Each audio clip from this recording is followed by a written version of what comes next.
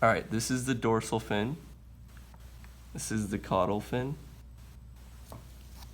These are the external gill slits. For internal parts, we have the notochord, which is actually hollow.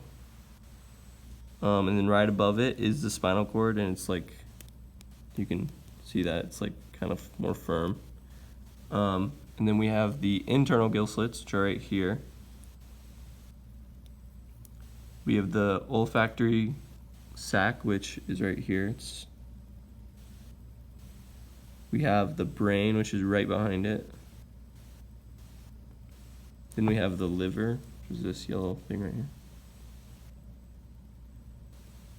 We have the sinus venous, which is part of the heart.